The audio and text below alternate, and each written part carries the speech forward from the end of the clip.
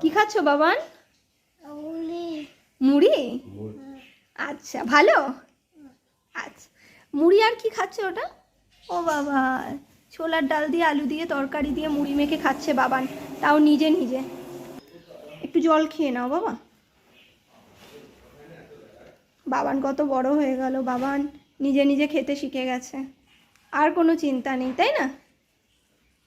এবার বাবানকে স্কুলে ভর্তি করে দেওয়া যাবে, তাই তো বাবান? বাবান তুমি স্কুলে যাবে?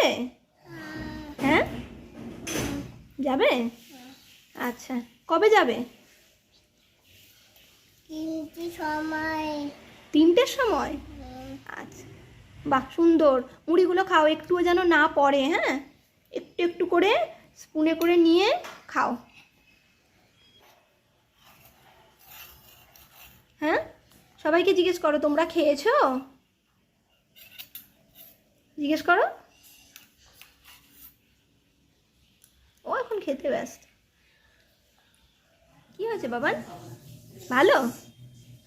হ্যাঁ ওরম করছো কেন? ঝাল লেগেছে?